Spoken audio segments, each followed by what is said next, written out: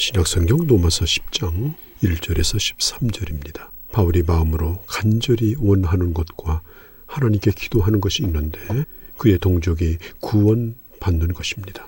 바울은 동족의 구원 문제 때문에 견딜 수 없이 아파하는 마음을 하나님이 알고 계시다라고 말하죠.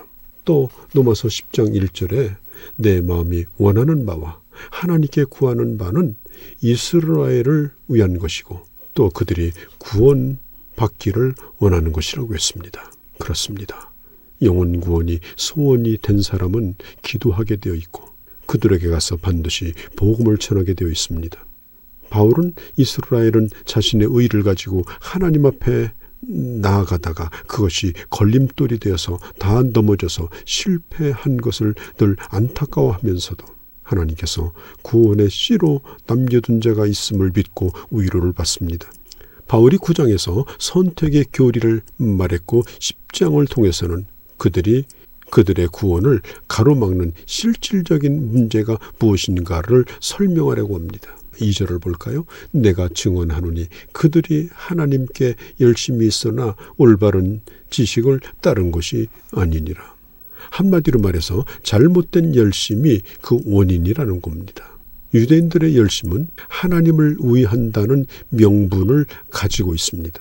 그러나 그것이 잘못된 열심이라면 차라리 없는 것만도 못합니다. 잘못된 열심은 자신뿐 아니라 다른 사람까지도 망하게 하는 독소를 내품기 때문에 그렇습니다. 이스라엘 사람들의 열심이 바로 이런 독소를 안고 있는데 이것은 지식을 쫓지 아니하는 것과 자기의 일을 세우려는 그것이었습니다. 유대인들이 하나님에 대하여 엄청난 열심을 가지고 있었는데도 그들이 실패하게 된 원인은 하나님의 의를 모르고 자신의 의를 내세우며 하나님의 의에 복종하지 않았기 때문입니다. 5절을 봅니다. 모세가 기록하되 율법으로 말하는 의를 행하는 사람은 그 의로 살리라 하였거니와. 자, 이 5절이 뭡니까? 하나님의 율법을 다 지켜서 의로운 자로 인정받아 구원을 얻으려는 열심이었다는 겁니다. 그러나 이 열심은 헛것입니다. 되지 않는 것을 된다고 착각하는 열심입니다. 구약시대에 율법으로 살려고 애를 썼던 경건한 성도들이 있습니다. 이스라엘 백성들은 바벨론 포로 생활에서 돌아와 율법에 대한 열심을 내기 시작합니다. 점점점 잘못된 길로 들어가기 시작합니다. 어떻게 해서든지 율법을 다 지켜야 하고 지킬 수 있다는 위험한 발상, 위험한 자신감을 부추기는 쪽으로 계속 흘러갑니다. 율법을 지킬 수 있다는 교만 때문에 만들어낸 것이 바로 장로의 유전이죠. 이것은 율법 해설서입니다. 하나님이 계시한 율법에 이런저런 생각과 해석을 보탠 겁니다. 그 결과 예수님이 책망한 것처럼 정의와 자비와 믿음은 버렸다. 마태복음 23장 23절이죠. 그래서 하루살이는 걸러내고 약대는 삼키는 모순투성이의 그런 악한 법을 만들 수가 있었던 것입니다. 그것은 사람의 법이지 하나님의 법은 아닙니다. 그러면서 그들은 그것이 하나님을 위한 것이라고 생각했지만 이건 잘못된 매우 해로운 열심이었습니다. 쇠를 녹일 만큼 열정을 가지고 있다는 것보다 더 중요한 것은 그 열정의 근거가 무엇이냐라고 하는 것이 중요합니다. 하나님도 열정적인 분이십니다. 말로만 사랑하는 것이 아니라 희생으로 그 사랑을 실천하시는 분이 하나님이십니다. 인간을 사랑하시는 하나님의 열심이 없었다면 우리와 같은 자들이 어떻게 하나님의 자녀가 될 수 있었겠습니까? 우리 주님을 라오디게아 교회에게 열심을 내라고 하셨습니다. 열심을 내라. 성령을 받은 주님의 제자들은 물불을 가리지 않고 열정으로 복음을 전하였으며 로마서 12장 11절에 주님을 섬기되 열심을 품으라고 말했습니다. 유대인들은 지식을 쫓지 않는 열심, 무식한 열심이었습니다. 지식을 쫓지 않는다라고 하는 것은 하나님의 의가 무엇인지를 몰랐다는 말입니다. 하나님의 의는 바로 예수 그리스도입니다. 왜냐하면 예수님은 율법의 마침이 되셨기 때문입니다. 아무도 율법을 이룰 수가 없게 되자 예수 그리스도가 대신해서 완전히 지키도록 하셨습니다. 그래서 성경은 말하죠. 모든 자에게 하나님의 의가 되기 위해서 자기가 율법을 대신 순종함으로 율법의 마침이 됐습니다. 율법을 충족시켜줬습니다. 그리고 이제는 그 예수를 믿기만 하면 하나님의 공의를 만족시키고 그리고 의로운 자라고 인정을 받게 되는 것입니다. 자, 6절 7절 말씀은 좀 해석이 어려운 부분도 있습니다만 쉽게 말하면 이런 얘기입니다. 그러므로 이제는 그리스도를 찾으려고 하늘을 두루 다닐 필요가 없고 그분을 애써 모셔올 필요도 없습니다. 그리스도를 죽음에서 일으키려고 죽은 사람들 세계로 내려갈 필요가 없습니다. 여러분, 그리스도를 이 세상에 오게 한 것이나 죽음에서 다시 살게 한 것은 우리의 노력에 의한 것이 아니라 하나님 편에서 일한 겁니다.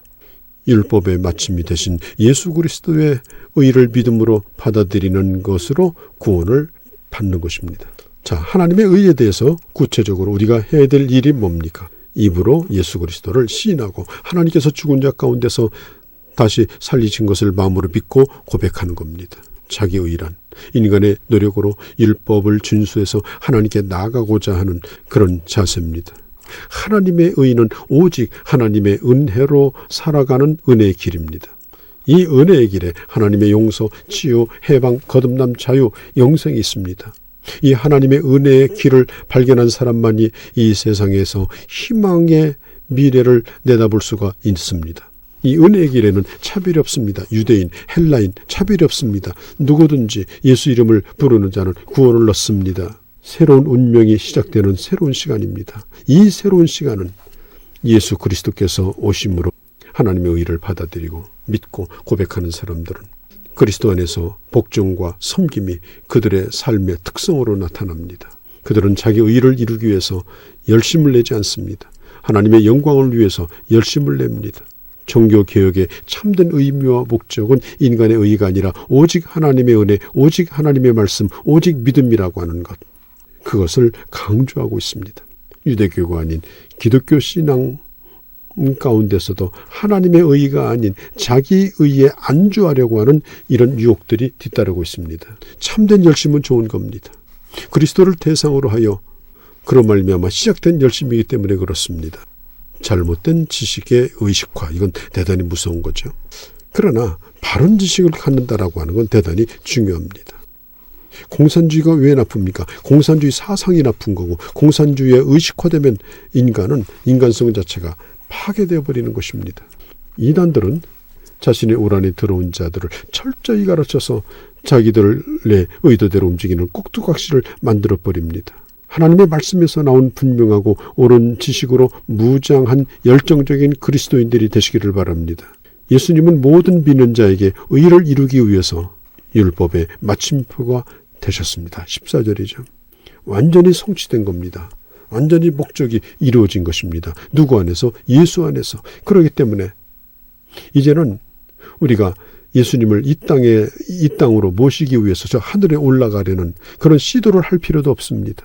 십자가 달려 죽으신 예수 그리스도를 살리기 위해서 깊은 곳으로 가서 모셔올 필요가 없습니다. 주님은 이미 육신의 옷을 입으시고 이 땅에 오셨고 다시 살아나셔서 모든 것을 이루시고 살아 계십니다. 유대인이나 헬라인이나 차별이 없습니다. 누구든지 주의 이름을 부르는 자는 구원을 얻습니다. 이 하나님의 의를 받아들이고 믿고 고백하는 사람은 예수 그리스도 안에서 복종과 섬김의 삶을 살아가는 삶의 특성이 나타나고 그리고 자기를 내세우지 않고 오직 하나님께만 영광을 돌리는 것입니다.